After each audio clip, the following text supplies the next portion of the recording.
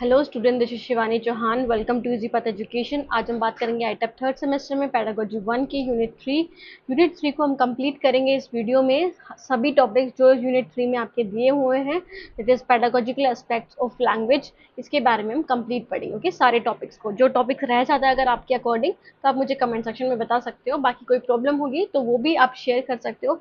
After that आप community tab पे भी अपनी प्रॉब्लम्स, अपनी क्वेरीज पोस्ट कर सकते हो। ओके, इंस्टाग्राम और टेलीग्राम से जुड़ना ना भूलेगा।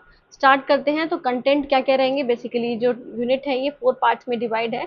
सो फर्स्ट क्या है, approaches of teaching language. Second, critical and analytical pedagogical concern related to teaching language, special focus on higher order thinking skills, मतलब कोट्स वाले क्वेश्चन जो होते हैं।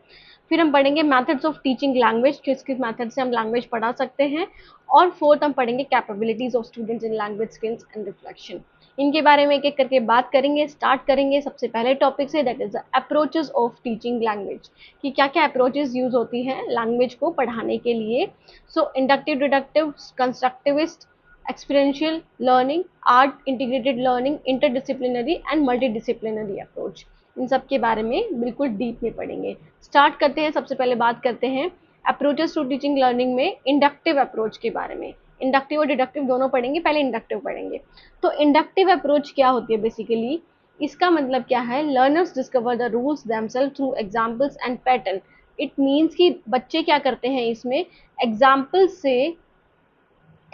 से किसकी तरफ जाते हैं, जो भी पैटर्न है, जो रूल है उसकी तरफ। ओके, एग्जाम्पल से रूल की तरफ जाते हैं बच्चे की, एग्जाम्पल्स के थ्रू एक रूल बना लेते हैं। फॉर एग्जाम्पल, बच्चों को नाउन सिखा रही है टीचर, तो उसमें पहले क्या करेंगे, उसमें पहले जो लर्नर्स हैं उनसे उनसे क्या पूछेगी टीचर्स, उनसे पूछेगी कि क्या क्या एग्जाम्पल्स, मतलब आपका नाम क्या है, आपको कौन सी जगह ज़्यादा पसंद है। तो ऐसे ऐसे करके जो भी नेमिंग वर्ड्स हैं उनको पूछ लेगी एंड फिर उसके बाद एक्सप्लेन करेगी रूल को, कि ये जो नेमिंग वर्ड्स आपने बताए हैं ये सब क्या है, ये नाउन है।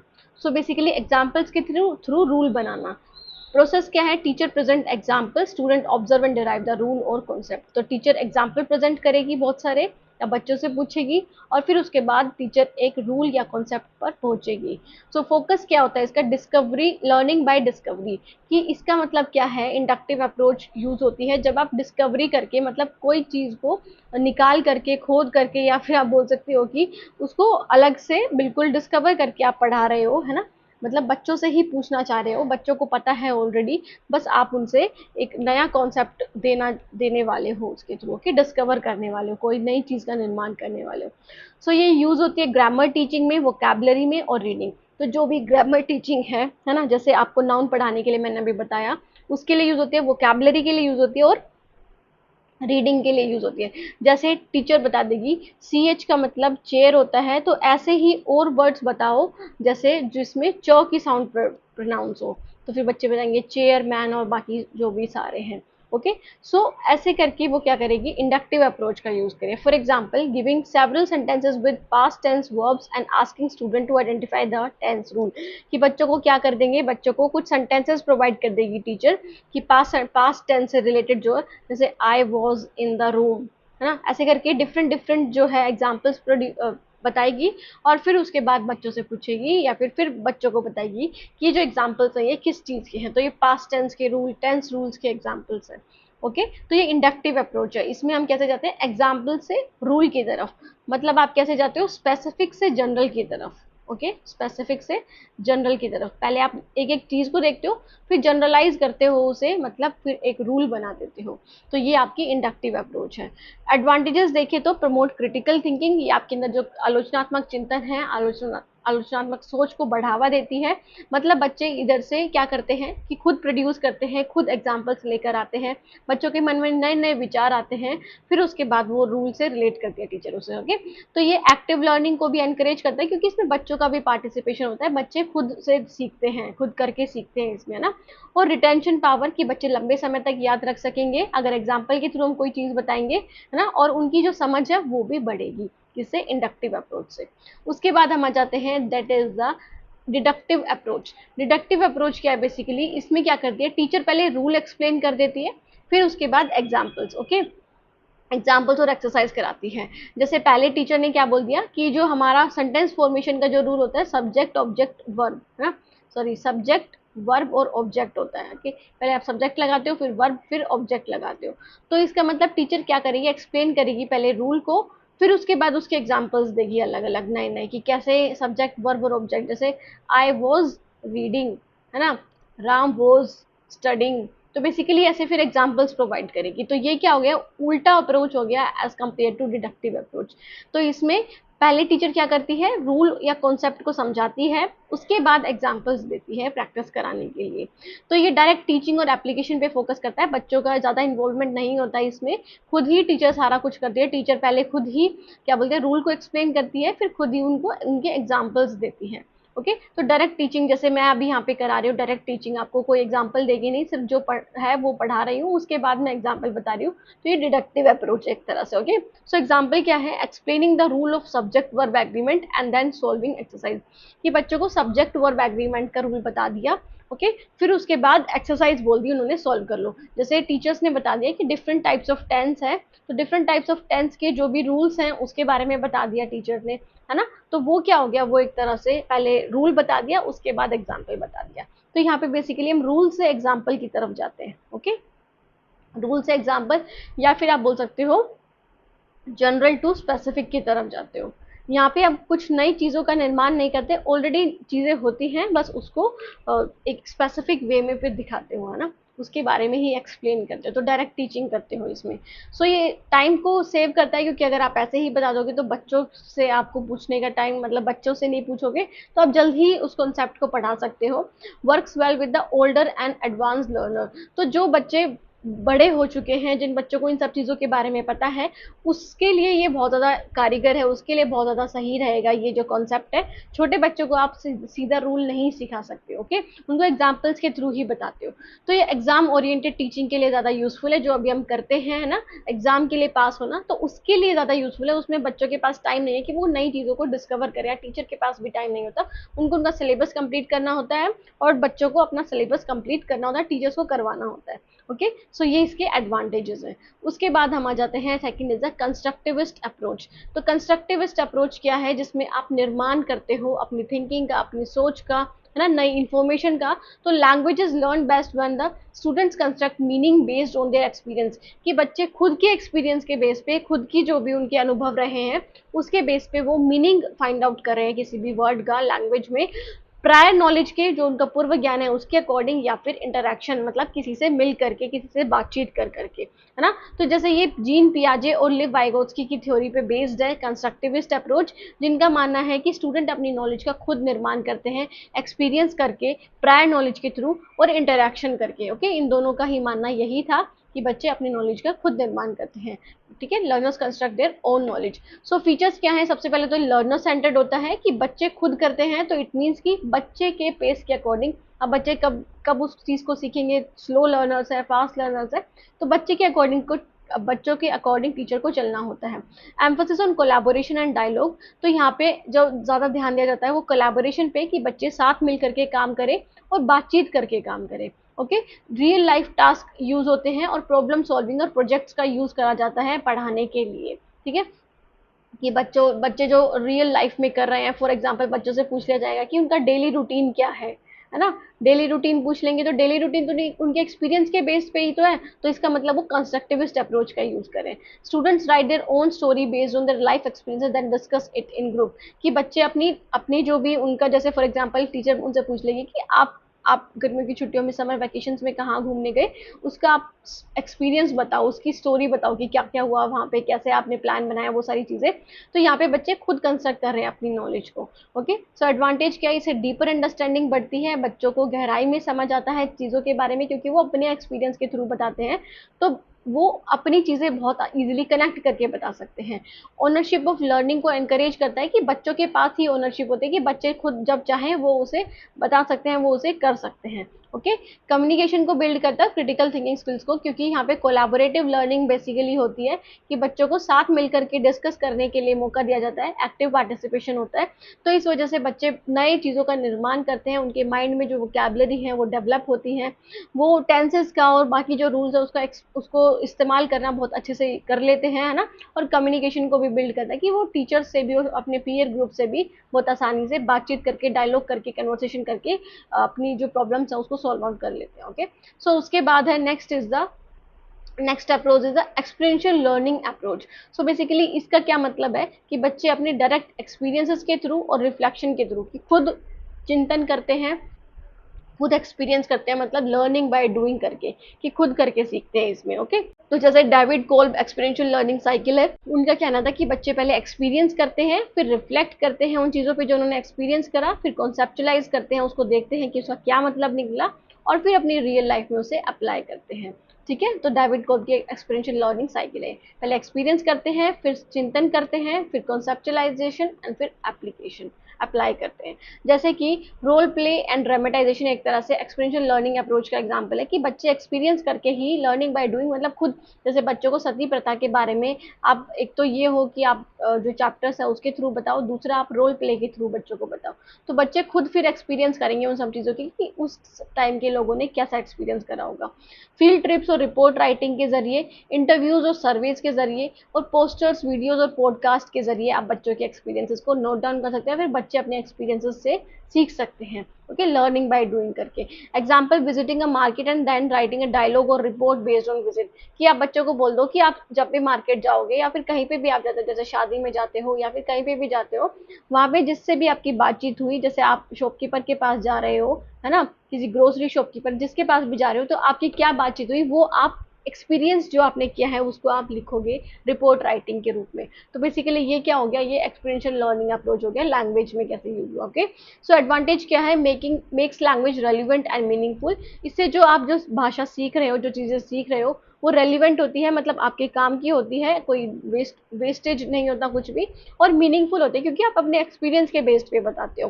ठीक है, और ये आपकी listening, speaking, reading and writing skills को नेचुरली डेवलप करती है, क्योंकि आप एक्सपीरियंस से सीखोगे, खुद के जो आपने वर्ड सुने, जो आपने चीज़ें सुनी, जो आपने खुद ने एक्सपीरियंस करा, वो करोगे, तो उससे आपकी लिसनिंग स्किल्स, मतलब आप सुनोगे भी बहुत अच्छे से, बोलोगे भी अच्छे से सामने वाले से, रीडिंग एबिलिटी भी बढ़ेगी और राइटिंग एबिलिटी भी बढ़ेगी। ओके, सो ये एंगेजमेंट और मोटिवेशन को बढ़ावा देता है, एनहेंस करता है आपकी एंगेजमेंट को, कि आप दूसरों से प्रॉपरली कम्युनिकेट कर सको, उनसे कोलैबोरेट कर सको, डिस्कशन कर सको, डिबेट कर सको, है ना। और मोटिवेशन को भी इन्फ्लुएंस करता है कि आप मोटिवेटेड होके फिर आगे और जगह जाओगे तो और अच्छे से एक्सप्लेन कर पाओगे और अपनी बात को रख पाओगे। ओके, उसके बाद है आर्ट इंटीग्रेटेड लर्निंग। तो ये क्या है, languages taught through integration with visual arts, music, dance, theatre and craft. तो लैंग्वेज जो है वो आपको विजुअल आर्ट के सब्जेक्ट से, म्यूजिक से, डांस से, थिएटर से, क्राफ्ट से भी इंटीग्रेट करके, मतलब उन सबको भी मिला करके सिखाई जाती है। अब लैंग्वेज कैसे होगी विजुअल आर्ट में, कि आप अपनी जो सोच रहे हो, जो आपकी थिंकिंग है, उसको आप कैसे उतार सकते हो, म्यूजिक के थ्रू उतार सकते हो, है ना, डांस के थ्रू उसे दिखा सकते हो, थिएटर के थ्रू, मतलब रोल प्लेस के थ्रू, क्राफ्ट के थ्रू आप कर सकते हो। सो ये एनईपी में बहुत ज्यादा मैंडेटेड, मतलब बहुत ज्यादा इन द सेंस की मैंडेटेड की हुई है, कि इंपॉर्टेंट है सीबीएसई बोर्ड के लिए, और एनईपी ने ये बहुत ज्यादा मैंडेट किया है कि आप बच्चों को लैंग्वेज किसके थ्रू सिखाओ, विजुअल आर्ट्स के थ्रू, म्यूजिक के थ्रू, डांस के थ्रू, थिएटर के थ्रू, क्राफ्ट के थ्रू। तो मतलब आप AIL, that is art integrated learning का यूज करो लैंग्वेज पढ़ाने के लिए। For example, writing and performing स्किट्स, it means कि जो भी लेख है ना, जो भी शॉर्ट स्टोरीज हैं, आप उनको लिखो और फिर परफॉर्म करो। फिर drawing comic strips for a story, की जो आपने पढ़ी भी होंगी कॉमिक स्ट्रिप्स, है ना, जो एक तरह से कॉमिक आती थी पहले, वहाँ पे आपको हर उसका जो भी रोल है वहाँ पे उनका ऐसे बैलून में दिखा करके जो बोल रहे हैं वो चीज़ें शो होती थी। तो ऐसा आप भी कर सकते हो, जिसके थ्रू लैंग्वेज डेवलप होगी आपकी। सॉन्ग गा सकते हो और पोएम्स को रिसाइट कर सकते हो, बार बार दोहरा सकते हो रिदम के साथ, है ना, जिस वे में वो बोली गई है।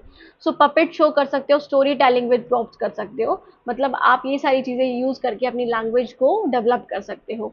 सो एग्जाम्पल क्या है, जैसे illustrating a poem and presenting it as a song और डांस, कि एक पोएम को आपने पढ़ा, उसको आपने लिखा खुद से, ओके, और फिर उसे सॉन्ग या डांस के प्रति आप उसे प्रेजेंट कर सकते हो, तो उससे आपकी जो लैंग्वेज का जो डेवलपमेंट है वो एक तरह से आपकी एक्सपीरियंसेस के बेस पे आप एक्टिविटीज करके, आप रोल प्ले करके बहुत अच्छे से कर पाओगे। एडवांटेजेस क्या है, तो इससे लर्निंग क्रिएटिव बनती है और जॉयफुल बनती है, बच्चों को मजा आता है उसे करने में। और ये multiple intelligence, that is Harvard gardener की मल्टीपल इंटेलिजेंस को, जिसमें इन्होंने 8 इंटेलिजेंस की फॉर्म दी थी कि 8 प्रकार के इंटेलिजेंस हो सकते हैं किसी भी बच्चों में, जरूरी नहीं 1 या 2 हो, तो 8 प्रकार के इंटेलिजेंस होता है, हो सकता है कि बच्चे जरूरी नहीं कि वो एकेडमिक में अच्छे नहीं है, तो इसका मतलब और सारी एक्टिविटीज में अच्छे ना हो, क्या पता उनकी कम्युनिकेशन स्किल बहुत ज्यादा अच्छी हो, क्या पता वो मैथ्स में है ना, या फिर फिजिकल एक्टिविटीज में बहुत ज्यादा अच्छे हो, तो स्पेशल थिंकिंग उनकी ज्यादा अच्छी हो, स्पेशल रीजनिंग अच्छी हो, उनकी इंटरपर्सनल स्किल्स बहुत ज्यादा अच्छी हो। तो बेसिकली हर तरह से बच्चा इंटेलिजेंट हो सकता है, जरूरी नहीं कि एक ही तरह से हो, किसी और तरीके से भी हो सकता है।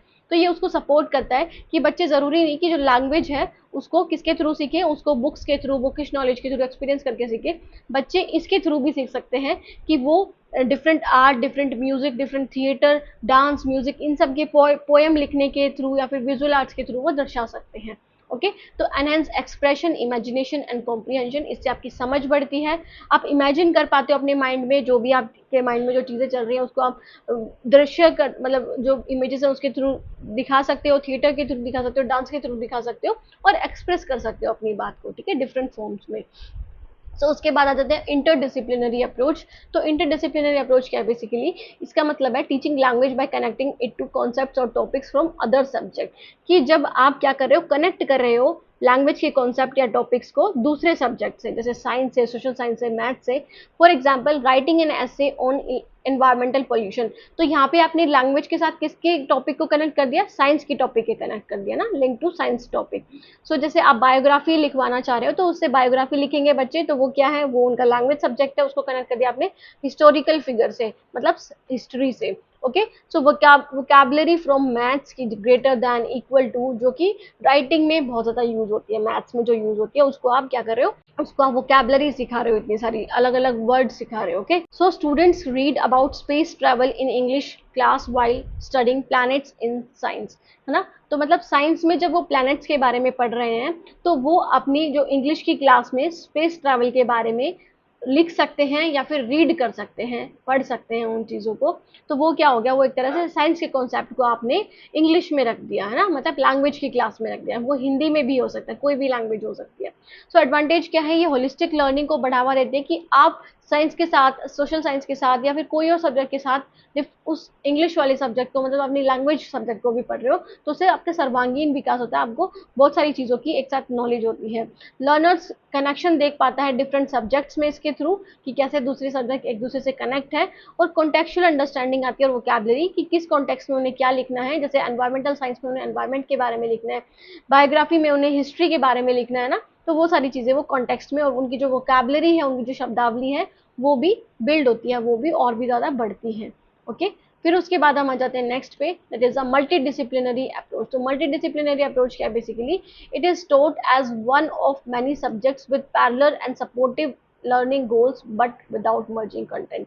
तो यहाँ पे मर्ज नहीं करते आपके कंटेंट को, जैसे कि आपने इंटरडिसिप्लिनरी में देखा कि मर्ज कर देते हैं ना, इस लैंग्वेज को किसके साथ मर्ज कर दिया, साइंस के साथ मर्ज कर दिया। तो यहाँ पे आपको कैसे सिखाया जाता है, language is taught as one of many subject, कि लैंग्वेज को आपको डिफरेंट सब्जेक्ट की तरह सिखाया जाता है। ओके, विद पैरेलल, साथ के साथ हो सकता है, या फिर सपोर्टिव लर्निंग गोल्स हो सकते हैं, उनके दोनों के सेम गोल हो सकते हैं, जैसे कि language period focus on writing skills, science focuses on observation, social science focuses on maps, all taught separately but reinforcing thinking and expression, कि जो सोशल साइंस है वो अलग पढ़ाया जा रहा है, साइंस अलग पढ़ाया जा रहा है, लैंग्वेज अलग पढ़ाया जा रहा है।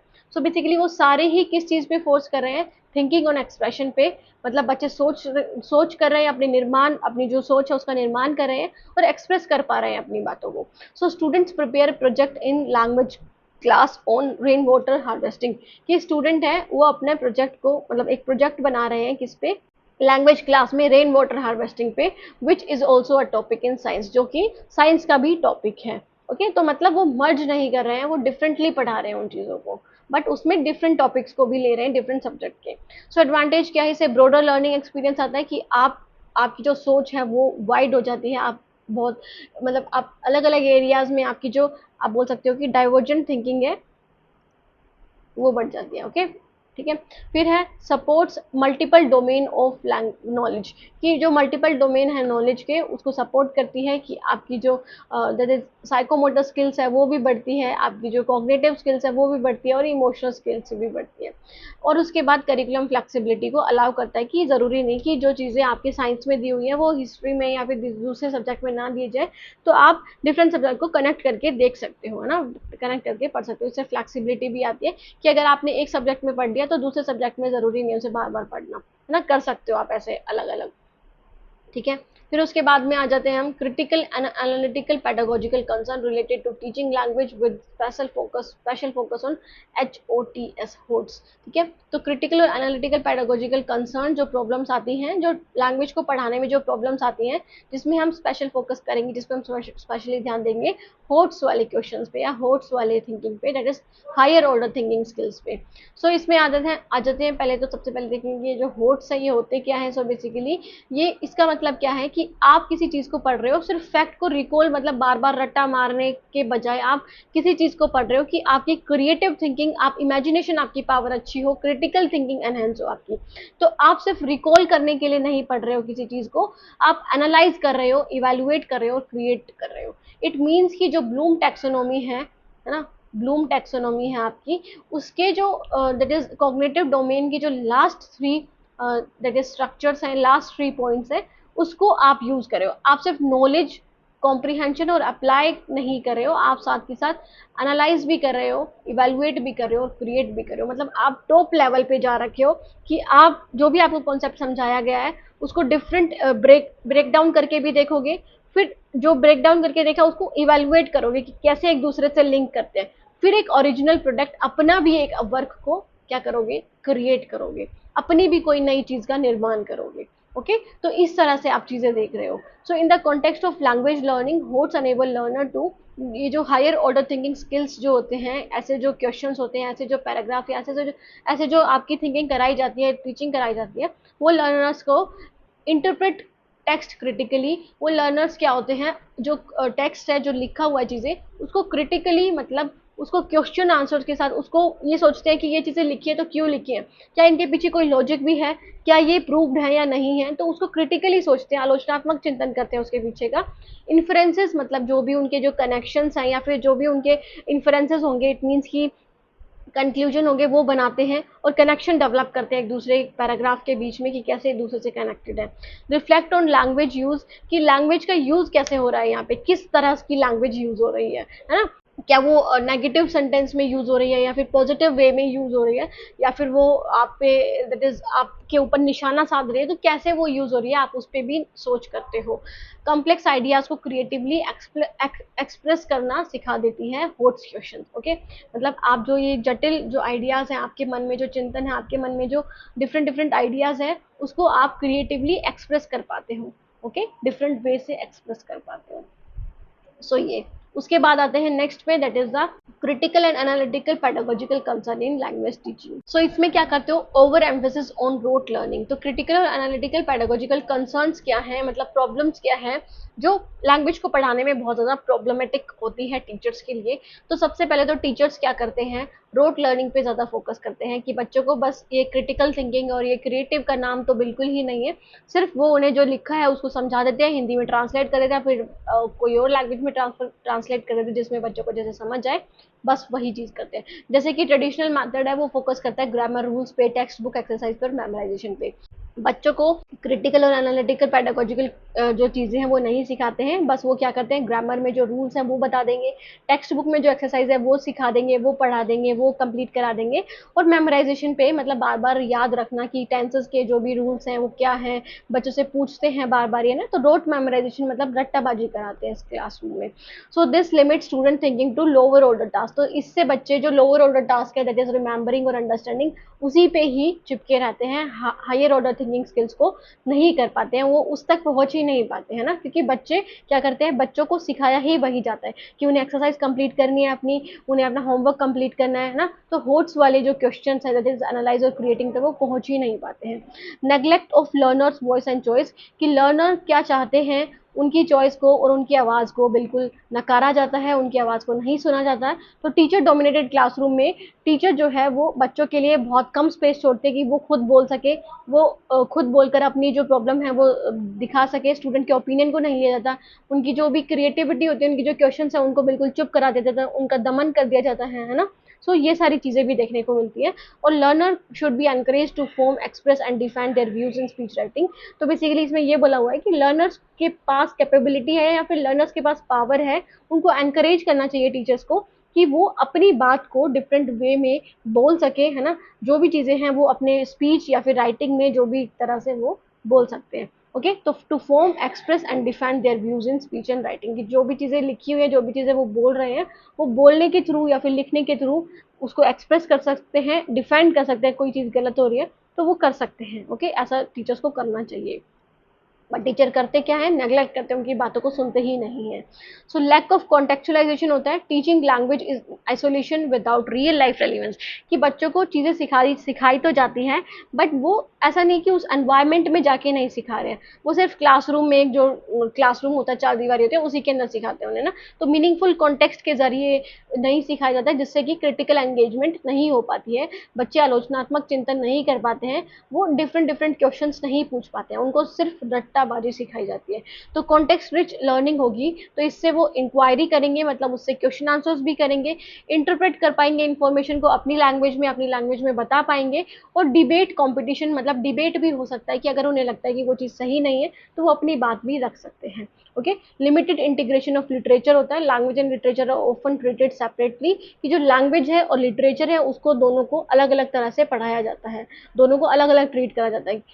लिटरेचर में आपको पोएम्स और स्टोरीज के बारे में सिखाया जाता है, लैंग्वेज में आपको कैसे बोलना है, क्या ग्रामर के रूल्स हैं, क्या कैसे यूज करने हैं, उनको सिखा दिया जाता है। So literature is a powerful tool to develop critical analysis, interpretation, ethical reflection and cultural understanding. तो जो आपका साहित्य होता है वो एक तरह से एक ऐसा टूल है जो आपको क्रिटिकली एनालाइज करना सिखाता है, क्योंकि वहाँ पे पोएम्स होते हैं, व्यंग होते हैं, डिफरेंट राइटर्स के, डिफरेंट पोएट्स के, जो आप जिसको आप अप्लाई भी कर सकते हो, रियल लाइफ में भी यूज कर सकते हो, रियल लाइफ में भी वो प्रॉब्लम्स देख सकते हो। तो वो एथिकल रिफ्लेक्शन करने में कि क्या चीज़ें सही हैं, उनके प्रति वो सही है, क्या आपके प्रति भी सही है, या फिर कल्चरल अंडरस्टैंडिंग को समझने में भी हेल्प करता है आपका लिटरेचर।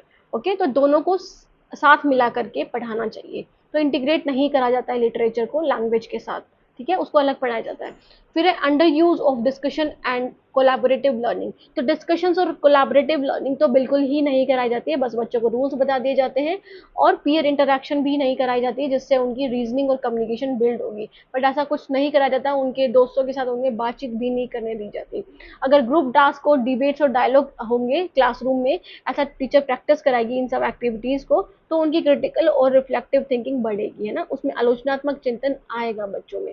असेसमेंट प्रैक्टिसेस, तो उसमें असेसमेंट प्रैक्टिसेस में तो आप हाल देख ही सकते हो टीचिंग का। तो बेसिकली आपको पढ़ाया जाता है सिर्फ आपके मार्क्स अच्छे आ सके, आप अच्छा ग्रेड ला सको, आप फर्स्ट सेकंड थर्ड आ सको, समझ आना भाड़ में गया, है ना। So exams often test memory and grammar rather than analysis, synthesis and evaluation, कि ये जो होट्स वाले क्वेश्चंस हैं या होट्स आपकी स्किल्स हैं, that is higher order thinking skills, इनको तो मेजर ही नहीं करा जाता। बस आपको ग्रामर का रूल पता है या नहीं पता, आपको इस क्वेश्चन का आंसर आता है या नहीं आता, है ना, किसके साथ क्या लगेगा, किसके साथ क्या आएगा, उन सब चीज़ों पे ही फोकस करा जाता है, मतलब आपके मार्क्स पे फोकस करा जाता है। तो अगर असेसमेंट हो ऐसा कि जिसमें ओपन एंडेड क्वेश्चंस हो, मतलब उसमें एसेज भी हो, उसमें रिपोर्ट राइटिंग भी हो, है ना, उस पर ज़्यादा एम्फेसिस करा जाएगा, तो बच्चों के अंदर ये जो होट्स वाली स्किल्स हैं वो डेवलप होंगी, उनके अंदर क्रिएटिव टास्क हो पाएगा, क्रिटिकल थिंकिंग कर पाएंगे, और अपनी जो बात है उसको ओरली भी प्रेजेंट कर पाएंगे अच्छे से। ओके, सो उसके बाद है strategies to promote HOTS in language teaching. तो क्या क्या स्ट्रेटेजीज हैं, किसके थ्रू आप प्रमोट कर सकते हो होट्स को लैंग्वेज टीचिंग में। तो सबसे पहले तो एनालाइज करके, है ना, एनालाइज करना मतलब compare characters in a story, break down arguments in a speech, कि आप क्या करोगे, जो डिफरेंट कैरेक्टर स्टोरीज में दिए होंगे उनको कंपेयर करोगे कि कौन नेगेटिव है, कौन किसके प्रति क्या रिलेशन है, और फिर उनकी जो आर्ग्यूमेंट है ना, उनको ब्रेक डाउन करोगे स्पीच में, मतलब उनको उनकी जो भी बातचीत है आप उनको स्पीच में कन्वर्ट कर लोगे। ओके, इवेल्युएट मतलब जस्टिफाई ओपिनियन इन डिबेट्स और डिस्कशन, कि जो उनके ओपिनियन है, मतलब आपके जो ओपिनियन है उसको लेकर के वो आप डिबेट्स और डिस्कशंस में यूज कर सकते हो, है ना, क्रिटिक कर सकते हो, उसकी आलोचना कर सकते हो, एंड ऑथर्स व्यू पॉइंट, किसकी, जो ऑथर का व्यू पॉइंट है, जो लिख रहा है उस स्टोरी को, जो उस पोएम को लिख रहा है, उसकी आप क्रिटिक कर सकते हो, उसकी आप आलोचना कर सकते हो।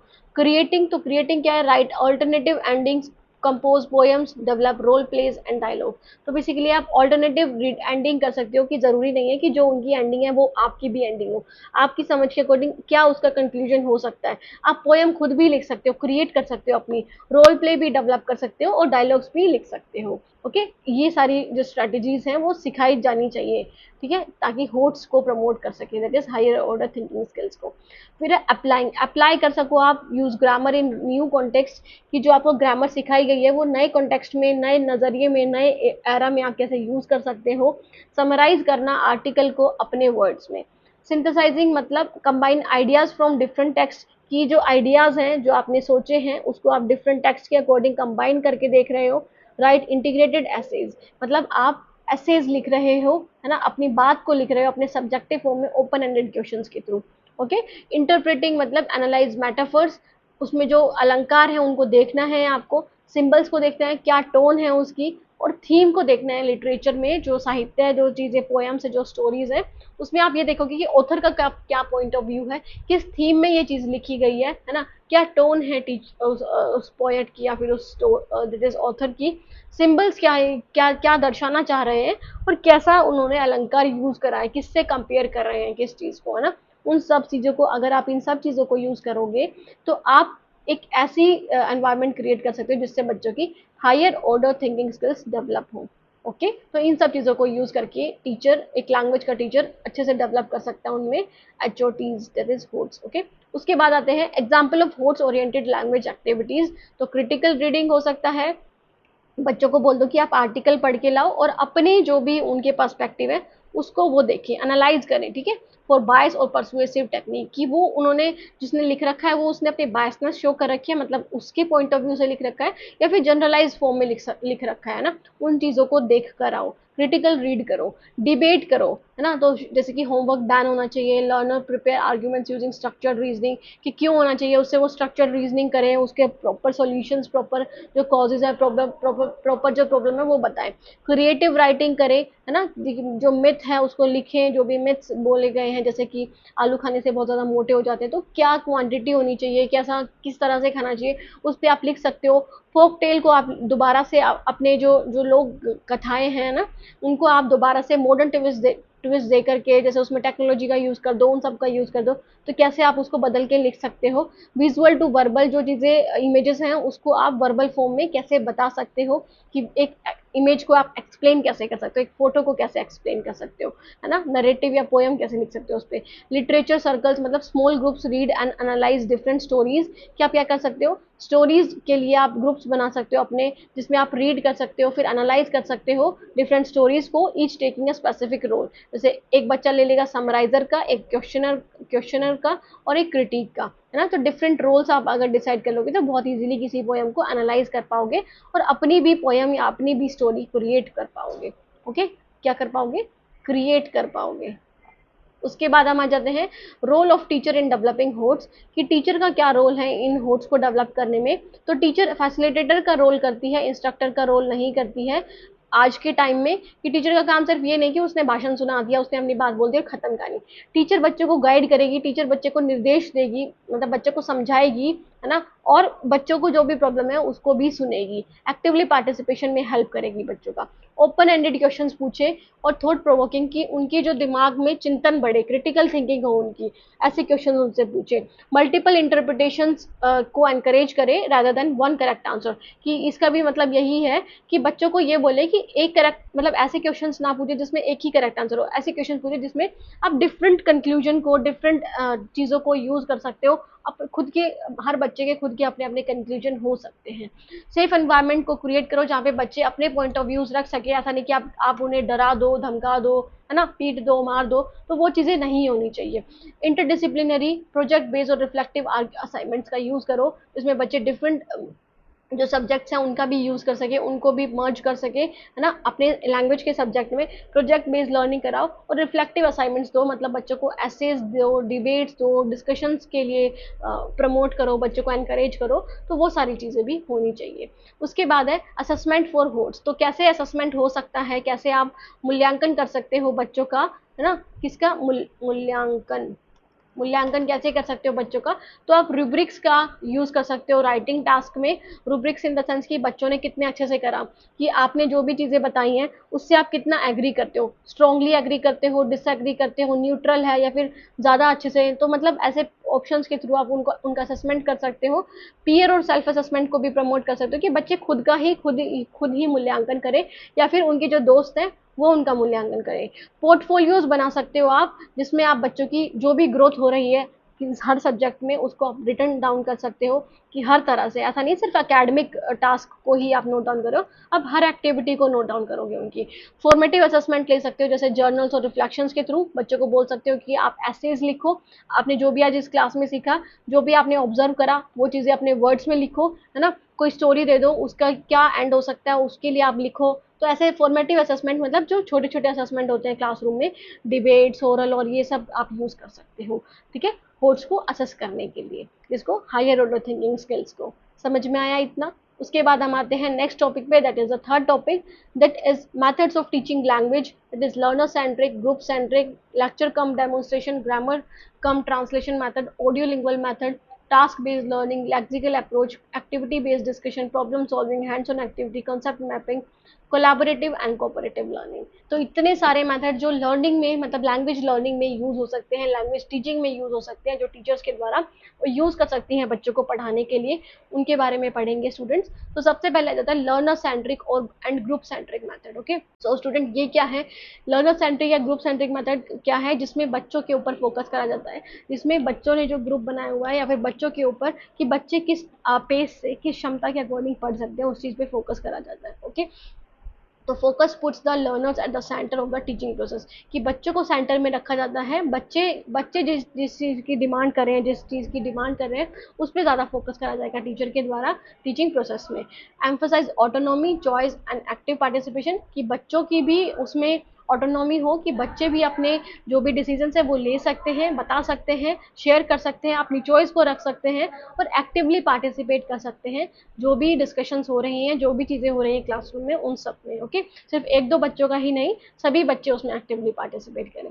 Often involves group work. तो इसमें क्या होता है, ग्रुप वर्क्स आते हैं, प्रोजेक्ट्स आते हैं और पीयर फीडबैक आते हैं।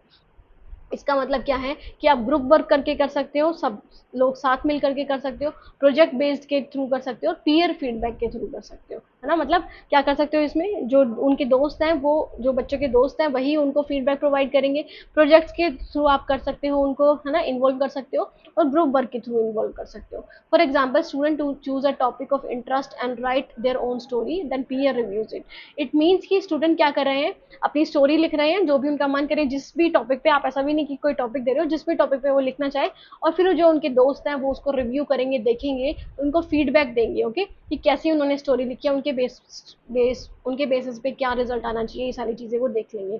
तो इससे दोनों की ही लर्निंग बढ़ेगी, पीयर की भी और साथ में खुद इंसान की भी, उसकी उस बच्चे की भी। सो इससे क्या होगा, सेल्फ एक्सप्रेशन, बच्चे खुद को एक्सप्रेस कर पाएंगे, उनके अंदर कॉन्फिडेंस बिल्ड होगा, है ना, कोलैबोरेशन होगा, और पीयर लर्निंग भी होगी, साथ में मिलकर के लर्निंग करेंगे दोस्त, है ना, और क्रिटिकल थिंकिंग और क्रिएटिविटी को डेवलप करेगा, प्रमोट करेगा, कि बच्चे खुद से ही करके सीखेंगे, है ना, खुद से करके सीखेंगे। तो बच्चों के अंदर आलोचनात्मक चिंतन, आलोचनात्मक सोच और रचनात्मक सोच का निर्माण होगा। ठीक है, डिफरेंट पर्सपेक्टिव से सोचेंगे, मतलब उनके अंदर डाइवर्जेंट थिंकिंग आएगी। फिर है लेक्चर कम डेमोन्स्ट्रेशन मेथड। तो लेक्चर कम डेमोन्स्ट्रेशन मेथड का मतलब क्या है, ये एक तरह से आप बोल सकते हो, ये एक तरह से टीचर सेंटर्ड अप्रोच होती है बेसिकली, अगर हम देखें तो। So it focus on combination of oral explanation and practical demonstration, कि बच्चों को ओरली एक्सप्लेन करें, साथ में उनको इमेजेस भी दिखाए, साथ में उनको डेमोन्स्ट्रेट, मतलब मॉडल्स भी दिखाए बच्चों को। ठीक है, बच्चों को जो भी टीचिंग करा रही है उसके अकॉर्डिंग।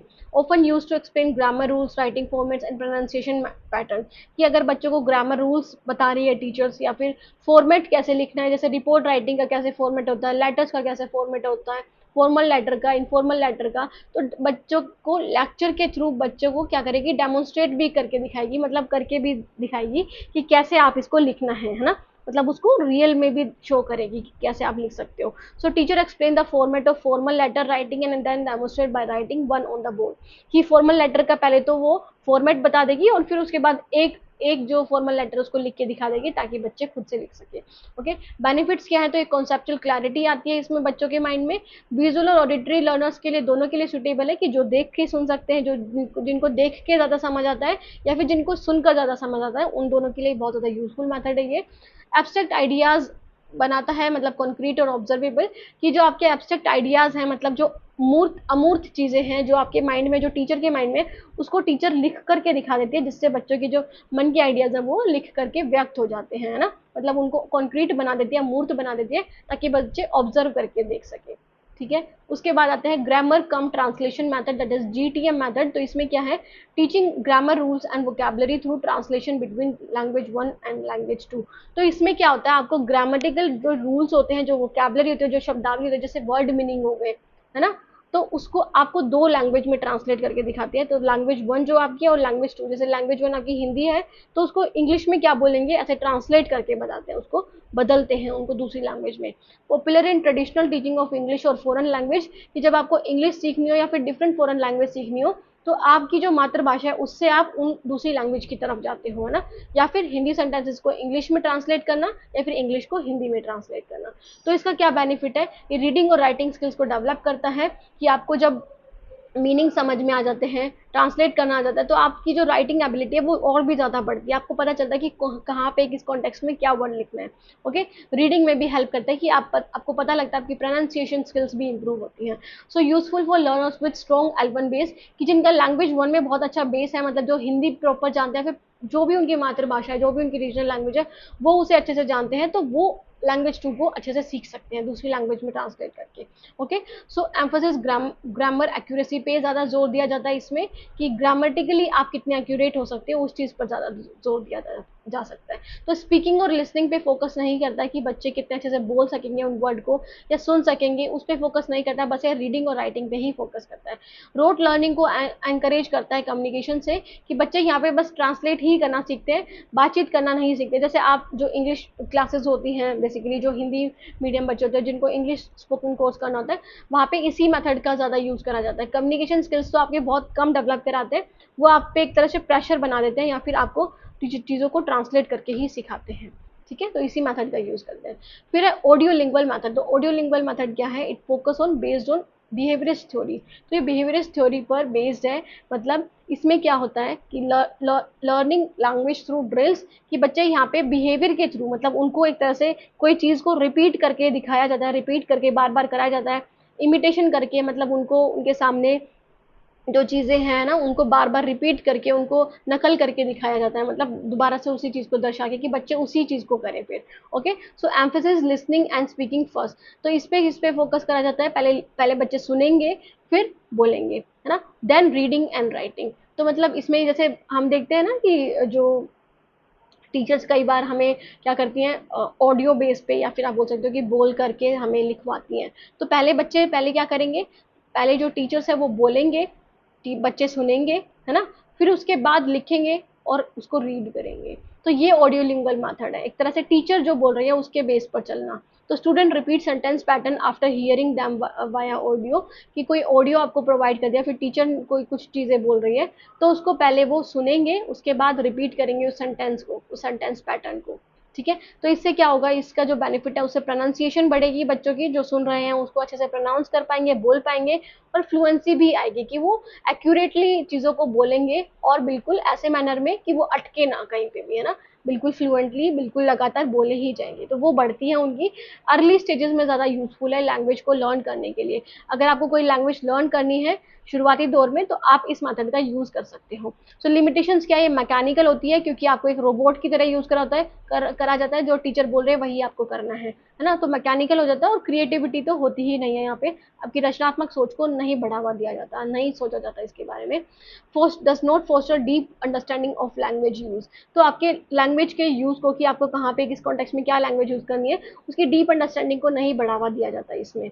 ओके, बिल्कुल भी नहीं बढ़ावा दिया जाता। उसके बाद है task based learning, that is TBL। तो टास्क बेस्ड लर्निंग क्या होती है, learners use language to complete real life task. कि इसमें लर्नर्स क्या करते हैं, लैंग्वेज का यूज करते हैं रियल लाइफ टास्क को कंप्लीट करने में, है ना। जो रियल में जो चीजें करें, जैसे writing an email, planning a trip. तो बेसिकली ये क्या है, रियल लाइफ टास्क को क्या कर रहे हैं, कंप्लीट करने में लैंग्वेज का यूज करना। तो टास्क बेस्ड लर्निंग का मतलब क्या है, बच्चों को जैसे एक प्लानिंग करना ट्रिप की, तो बच्चों से टीचर बोलेगी कि आप कैसे प्लानिंग करोगे, तो वो आपको सिखाया जाएगा ना, फिर आप बोलोगे। ईमेल लिख रहे हो, आप किसी ईमेल को करने के लिए कर रहे हो, ऐसे करने के लिए, डिबेट करने के लिए ना। तो मीनिंगफुल कम्युनिकेशन इज सेंट्रल, कि आपको एक तरह से कंटेक्स्ट दे दिया जाता है, आपको ये बता दिया जाता है कि इस टास्क के बेस पे आप ऐसे बोलोगे, ऐसे आप काम करोगे। तो मीनिंगफुल कम्युनिकेशन सबसे सेंट्रल होता है, सबसे मेन रखा जाता है इसमें, कि आप जिस जिस टास्क को कर रहे हो उस टास्क के अकॉर्डिंग आपको बात करनी है ना, जो एक्टिविटी आप कर रहे हो उसके बेस पे। सो एग्जांपल क्या है, student create a weather report after collecting and analysing data. कि स्टूडेंट वेदर रिपोर्ट क्रिएट कर रहे हैं कि आज का कैसा वेदर होगा क्या नहीं होगा। तो वो कैसे करेंगे, पहले डेटा जो है वेदर का, जो फोरकास्ट डिपार्टमेंट से है ना, तो वेदर फोरकास्टिंग डिपार्टमेंट से वो लेंगे, कलेक्ट करेंगे और फिर उसे एनालाइज करेंगे, देखेंगे, फिर उसको एक्सप्लेन करके दिखाएंगे। तो वो टास्क बेस्ड लर्निंग हो गई। ओके, सो बेनिफिट्स क्या है, इसे ऑथेंटिक यूज होता है लैंग्वेज का, कि आप रियल लाइफ में, रियल टास्क एक्टिविटी में भी आप यूज कर सकते हो उस जो वर्ड्स आपको सिखाए गए हैं।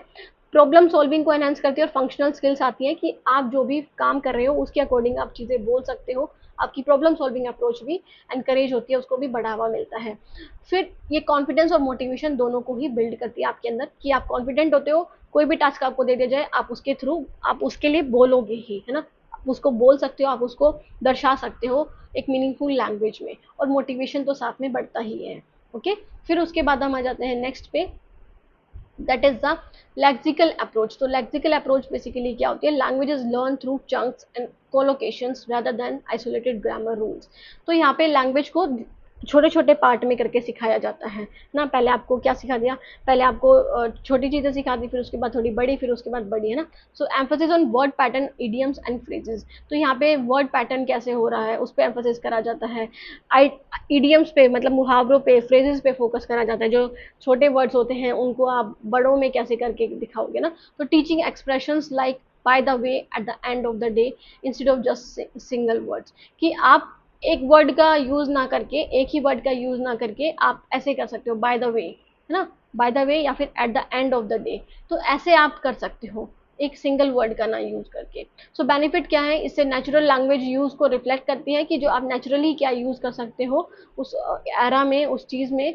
और फ्लुएंसी और कॉम्प्रीहेंशन, मतलब आपकी समझ को भी बढ़ाती है, और आप फ्लुएंटली, मतलब बिल्कुल सही तरीके से आप लगातार चीजों को बोल सकते हो। ओके, सो ये उसके बाद है मेथड्स ऑफ टीचिंग के में है एक्टिविटी बेस्ड डिस्कशन। तो एक्टिविटी बेस्ड डिस्कशन में क्या आएगा स्टूडेंट, इसमें आता है कि it focuses on language learning through interactive activities and discussion. तो आपको एक्टिविटीज कराई जाती हैं और डिस्कशंस करके आपको सिखाया जाता है। एक्टिविटीज जैसे कि डिबेट्स हो गया, ग्रुप डिस्कशन हो गया, रोल प्ले हो गया, या फिर प्रेजेंटेशन हो गई। So group discussion on should mobile phones be allowed in school. कि आपसे ये कराया जाता है कि क्या मोबाइल स्कूल्स अलाउ होने चाहिए, क्या ये जो आपका होमवर्क देते हैं वो देना चाहिए आपको। तो ऐसे करके डिबेट्स या फिर रोल प्ले पे आप काम कर सकते हो इसमें, ताकि आपकी लैंग्वेज लर्निंग स्किल्स बढ़े। ओके, सो बेनिफिट्स क्या है, इससे आपकी स्पीकिंग, लिसनिंग और थिंकिंग स्किल्स तीनों ही डेवलप होंगी। आप अच्छी चीजें, क्रिएटिव थिंकिंग भी कर पाओगे, आप कॉन्फिडेंस भी आएगा आपके अंदर, और आर्टिकुलेट, मतलब जो भी वर्ड्स हैं उसको आप बिल्कुल सही तरीके से, सही जगह पे कैसे यूज करना है उसका आप, उसके बारे में आप सोच पाओगे, और उसके बारे में आप लिख भी पाओगे और कर भी पाओगे। ओके, सो उसके बाद है next is a problem solving method. तो problem solving method basically use करा जाता है when students are presented with a problem or challenge and must use language to resolve it। कि जब बच्चों को कोई प्रॉब्लम आ रही होती है, जिस प्रॉब्लम को सॉल्व करना होता है, उसमें लैंग्वेज का सबसे बड़ा महत्व होता है उसको सॉल्व करने में।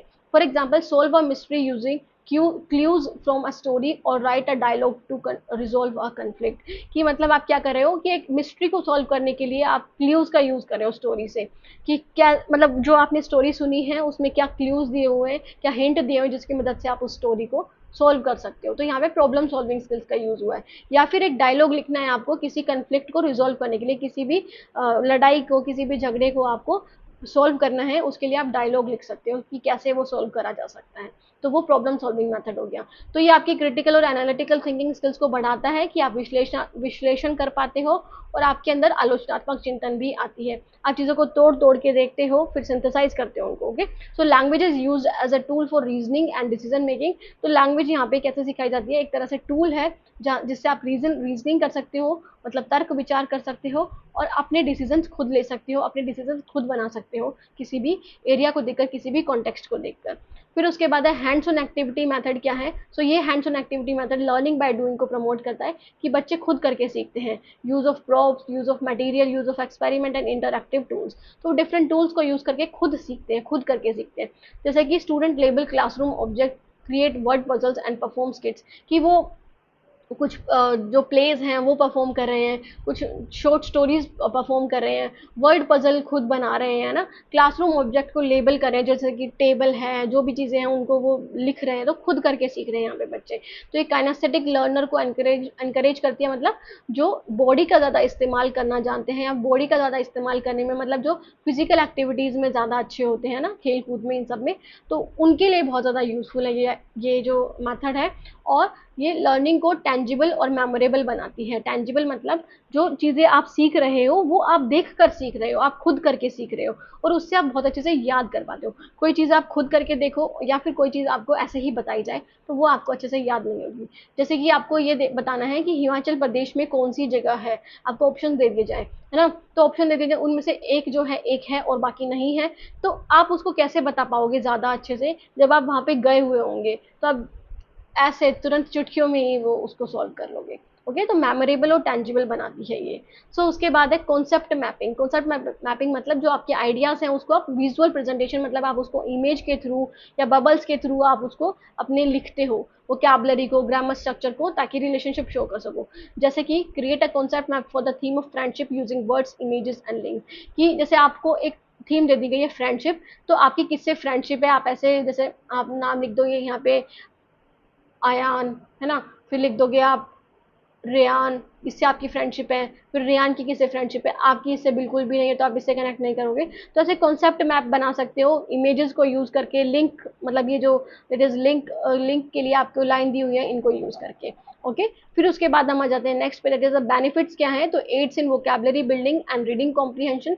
तो इससे आपकी जो शब्दावली है वो बढ़ती है और भी ज़्यादा इंक्रीज होती है और आप रीड भी कर पाते हो बहुत अच्छे से, चीज़ों को याद भी और समझ भी पाते हो और कर भी, मतलब आप पढ़ सकते हो, पढ़ के समझ सकते हो। Okay, so organise thoughts logically, जो आपके थॉट्स हैं उनको आप लॉजिकली ऑर्गेनाइज कर सकते हो इन सम मैनर, इन सम फ्लो चार्ट्स, है ना, जिस भी मेथड्स के थ्रू आप कर सकते हो। उसके बाद है collaborative and cooperative learning, that is the last method of teaching जो आपके सिलेबस में दिया हुआ है। तो बेसिकली कोलैबोरेटिव और कोऑपरेटिव लर्निंग क्या होती है, ये फोकस करता है स्टूडेंट वर्क इन पेयर और groups to complete a language task और project.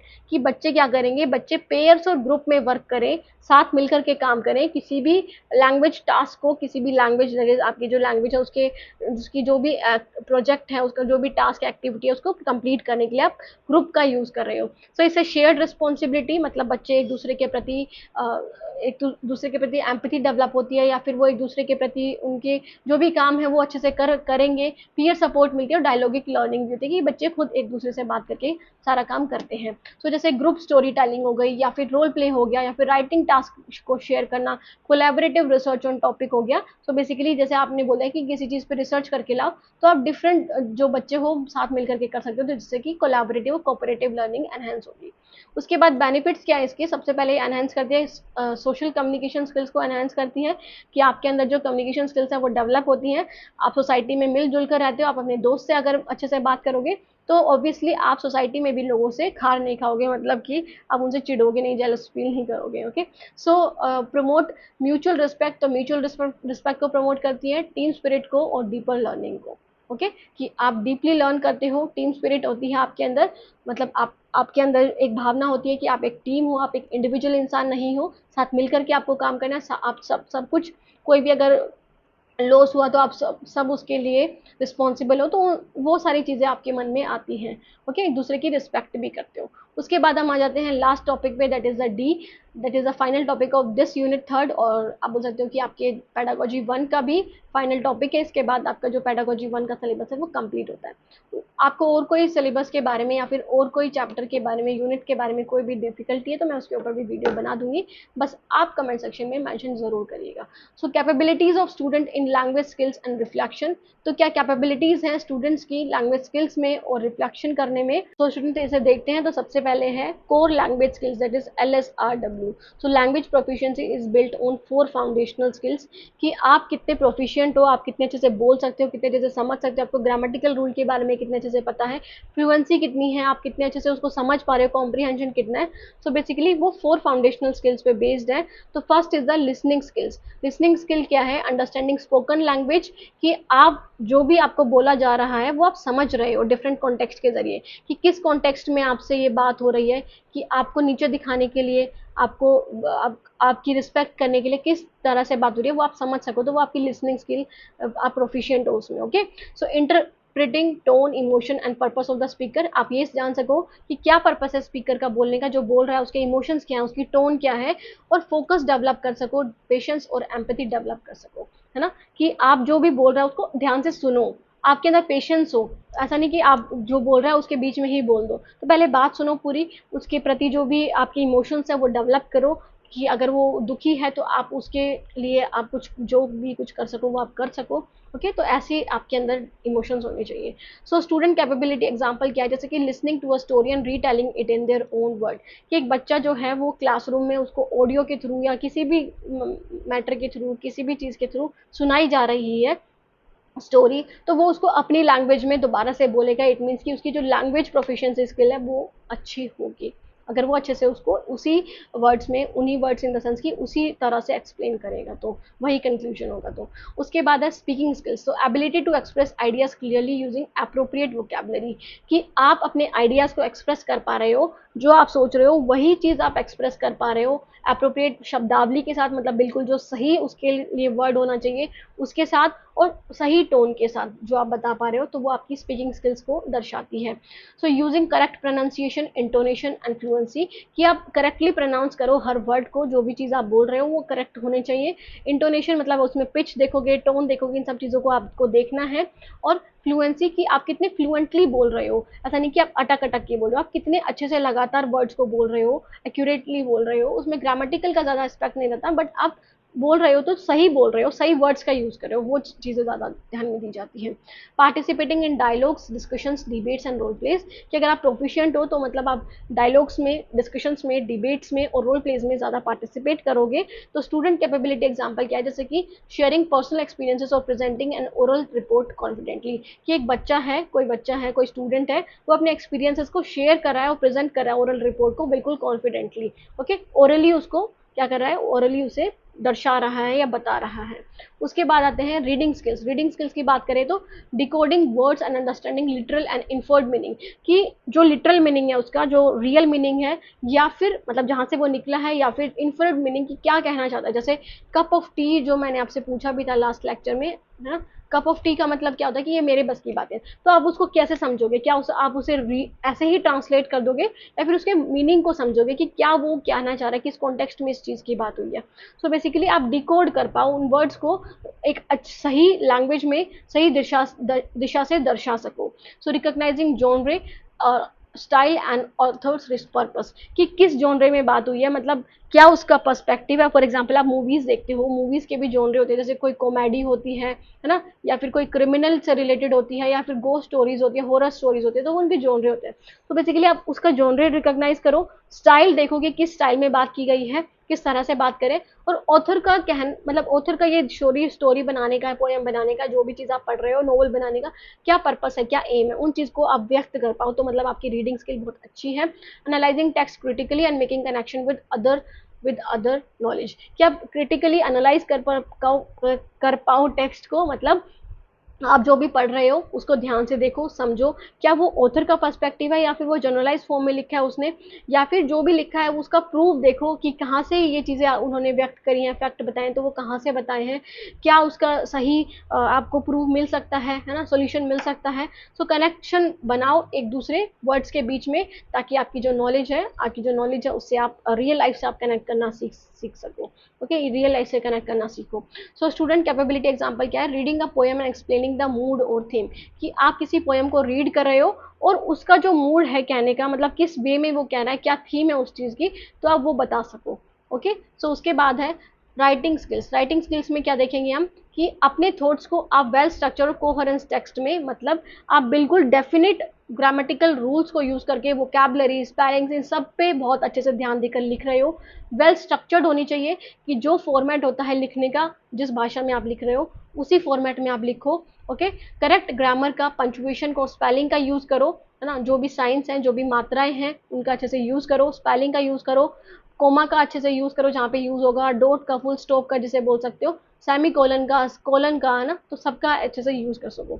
So writing for various purposes, narrative, descriptive, persuasive and informative, कि आप ये भी देखोगे कि आप लिख किस ले रहे हो, क्या किसी स्टोरी को बताने के लिए लिख रहे हो, किसी चीज़ को एक्सप्लेन करने के लिए, किसी बात को, अपनी बात को मनवाने के लिए, परसुएड करने के लिए, कि आप चाहते हो कि ये मेरी बात ये माने, ये लोग मेरे रास्ते पर चले जो मैंने लिखा है, या फिर किसी चीज़ को इन्फॉर्म करने के लिए, बताने के लिए। तो आप पर्पस देखो कि क्यों आप लिख रहे हो। Okay, so student capability example, अगर स्टूडेंट इसमें कैपेबल होगा, इट मीन्स कि वो डायरी एंट्री अच्छे से लिख पाएगा, अपनी जो भी वो जो दिन में करता है, जो भी एक्टिविटीज करता है वो अच्छे से लिखेगा, लेटर समरी कर पाएगा, एंड और story with clarity and creativity, कि जो भी स्टोरी है, जो कहानी उसे दर्शानी है, वो बिल्कुल क्लियर वे में, जो उसका मतलब एस्पेक्ट, जो हर चीज़ एक दूसरे से लिंक करे उस तरह से समझा पाएगा, और क्रिएटिविटी के थ्रू, मतलब रचनात्मक सोच के थ्रू। ओके, फिर है what is reflection in language learning. अब रिफ्लेक्शन क्या है लैंग्वेज लर्निंग में, कि बच्चा खुद पे चिंतन कर सके, खुद जो सोच रहा है उसको वो कैसे लिखेगा, खुद जो सोच रहा है वो कैसे करेगा। So reflection refers to the student's ability to think about their own language use, learning experiences, feelings and understanding, कि बच्चा जब खुद के बारे में सोच रहा हो कि खुद वो कैसे यूज करेगा लैंग्वेज का, कहाँ पे उसे यूज करना है, उसके क्या लर्निंग एक्सपीरियंसेस हैं, क्या फीलिंग्स है किसी चीज़ को लेकर के, या कितनी समझ है उस चीज़ को, अगर बच्चा समझ पा रहा है तो मतलब वो रिफ्लेक्शन कर पा रहा है, अपने ऊपर चिंतन कर पा रहा है, अपने ऊपर समझ पा रहा है, अपनी अंडरस्टैंडिंग को ही समझ पा रहा है।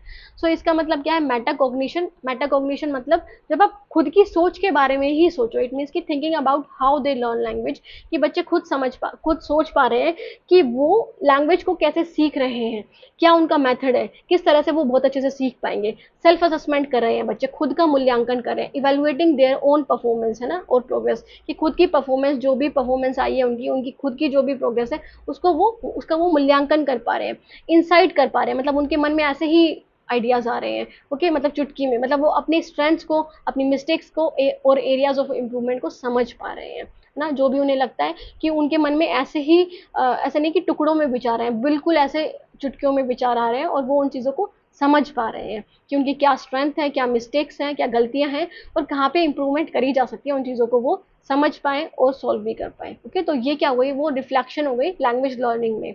ठीक है, फिर उसके बाद है रिफ्लेक्टिव कैपेबिलिटीज इन स्टूडेंट। तो रिफ्लेक्टिव कैपेबिलिटीज क्या हो सकती है, जैसे कि self awareness, critical thinking, language use awareness, और goal setting and empathy and perspective taking. तो सेल्फ अवेयरनेस क्या है, recognising one's own learning style and pace, कि इंसान को खुद के लर्निंग स्टाइल के बारे में पता हो कि वो कितने अच्छे से लिख पा रहा है, कितनी उसकी क्षमता है लिखने की। जैसे कि I learn better when I hear stories then when I read, कि मैं जब अच्छे से लिख पाता हूँ जब मैं चीज़ों को सुनता हूँ।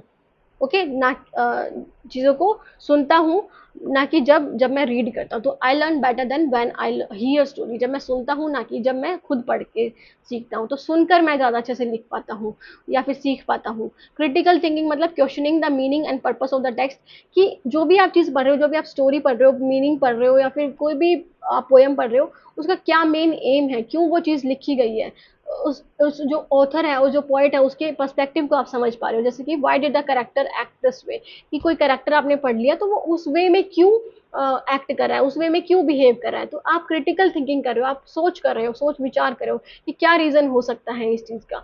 लैंग्वेज यूज अवेयरनेस, जैसे कि noticing grammar, tone, vocabulary choices, कि आप क्या कर पा रहे हो, जो ग्रामर है कि कौन से टेंस यूज हो रहे हैं, कौन सी स्पीच यूज हो रही है, टोन क्या है, वोकैबुलरी चॉइसेस क्या है उन चीज को। जैसे कि I use the wrong tense here, I should have use past perfect, कि जब आप समझ पा रहे हो खुद की थिंकिंग में कि आपने जो लिखा है वो गलत लिखा है, उसमें आपने टेंस सही यूज नहीं करा है, उसे यूज करना चाहिए था, पास्ट परफेक्ट टेंस का यूज करना चाहिए था।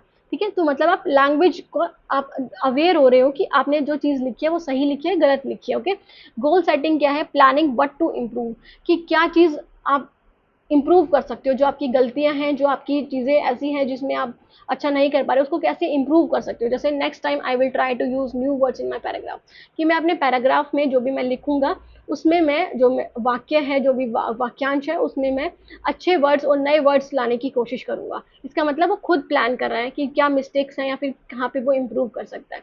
एम्पैथी एंड पर्सपेक्टिव टेकिंग, कि understanding others view point in reading and discussion, कि कोई रीड कर रहा है ना, मतलब जो रीड कर रहे हैं या फिर डिस्कस कर रहे हैं, तो उसमें दूसरों के व्यू पॉइंट्स को भी वो समझ सके कि किस पर्सपेक्टिव से वो ऑथर ने वो चीज लिखी होगी। The poem reflect how people feel during war, not just the fact, कि एक पोएम है, कोई पोएम है, उसमें उन्होंने लिखा है किसी पोएट ने कि जो लोग थे उस समय में वॉर के दौरान, लड़ाई के दौरान कैसा फील कर रहे होंगे।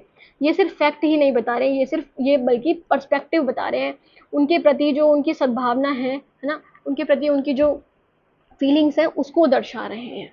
तो ये क्या हो गई, रिफ्लेक्टिव कैपेबिलिटीज हो गई स्टूडेंट के अंदर की, वो खुद की सोच को सोच को क्या कर पा रहे हैं, रिफ्लेक्ट कर पा रहे हैं, चिंतन कर पा रहे हैं उसके बारे में। उसके बाद है reflection activities to build capabilities. तो ये क्या है स्टूडेंट्स, सो लर्निंग जर्नल्स, कि आप क्या करो, student right about what they learn, कि जो भी चीजें वो याद करते हैं उन्हें लिखें डेली जा करके, है ना। और फिर जो उनको डिफिकल्ट लगता है, what they found difficult and how they plan to improve, कि क्या वो कर सकते हैं उसको इम्प्रूव करने के लिए। पीयर फीडबैक के थ्रू कर सकते हैं, जैसे कि अपने दोस्तों से बोल सकते हैं, लिसनिंग और reading other works and giving constructive comment, कि आप या तो आप अपने दोस्तों के कमेंट, आपके जो दोस्तों ने जो भी चीज़ें लिखी हैं, जो भी चीज़ें करी हैं, उनका काम को आप उसको सुनो या फिर उसको रीड करो और फिर कंस्ट्रक्टिव कमेंट दो। मतलब ऐसा नहीं कि आपने ये बोला कि ये गलत है, ये तूने सही नहीं लिखा, उसको करेक्ट करके भी बताओ कि क्या चीज़ सही होनी चाहिए। तो कंस्ट्रक्टिव कमेंट आप प्रोवाइड करो या फिर आपके दोस्त से पूछो आप, है ना। थिंक अलाउड, सोचो बिल्कुल कैसे। Student speak their thought by process while solving a task और रीड अ पैसेज, कि बच्चे जो सोच रहे हैं ना वो बोलते भी हैं। कई बार आपने देखा होगा कि बच्चे जो दिमाग में सोचते हैं एग्जाम करते टाइम या फिर कुछ भी लिखते टाइम, वो उसको सोचते हैं, है ना, मतलब वो सोचते हैं और फिर उसको बोलते भी हैं अपनी लाइफ में, रियल लाइफ में। पोर्टफोलियो का मतलब क्या, कलेक्शन ऑफ राइटिंग, रिकॉर्डिंग और projects to track language growth over time. It means कि बच्चे क्या कर सकते हैं, अपना पोर्टफोलियो बना सकते हैं जिसमें वो अपनी जो भी मिस्टेक्स हैं, अपनी जो इंप्रूवमेंट है, अपनी जो स्ट्रेंथ है, अपनी जो राइटिंग्स है, जो उन्होंने चीज़ें लिखी हैं, उन्होंने जो चीज़ें रिकॉर्डिंग करी हैं, जो बोल करके अपने उन्होंने पोएम सुनाई है या फिर सिंग सॉन्ग करा है ना, सिंग सॉन्ग बोलिए, जैसे कोई गीत गाया है या फिर प्रोजेक्ट बनाए हैं, वो उसमें रिकॉर्ड कर सकते हैं अपनी रिफ्लेक्टिव थिंकिंग के लिए, रिफ्लेक्शन एक्टिविटीज़ के लिए। ठीक है, तो स्टूडेंट ये थी हमारी वीडियो, है ना। ये हमारा जो टॉपिक था या फिर हमारा जो सब्जेक्ट है पेडागोजी 1, वो कंप्लीट हो चुका है, जिसमें हमने लैंग्वेज 1 और लैंग्वेज 2 को समझने के लिए बात की थी कि कैसे आप उसको पढ़ सकते हो, कैसे आप उसकी टीचिंग करा सकते हो एज अ टीचर। तो पेडागोजी का मतलब ही क्या होता है, art and science of teaching, है ना, कि मतलब आप अच्छे से समझा पा रहे हो, कितने अच्छे से आप किसी चीज़ को समझा पा रहे हो, तो वही पेडागोजी है। सो बेसिकली कैसी लगी वीडियो कमेंट करके ज़रूर बताना और चैनल को सब्सक्राइब करना ना भूलना, ठीक है। और लाइक भी कर देना वीडियो को, कमेंट भी साथ में कर दिया करो कि आपको कैसी लगी video. So student, thank you so much for watching the video. मिलते हैं नेक्स्ट वीडियो में, तब तक के लिए take care, bye, have a nice day.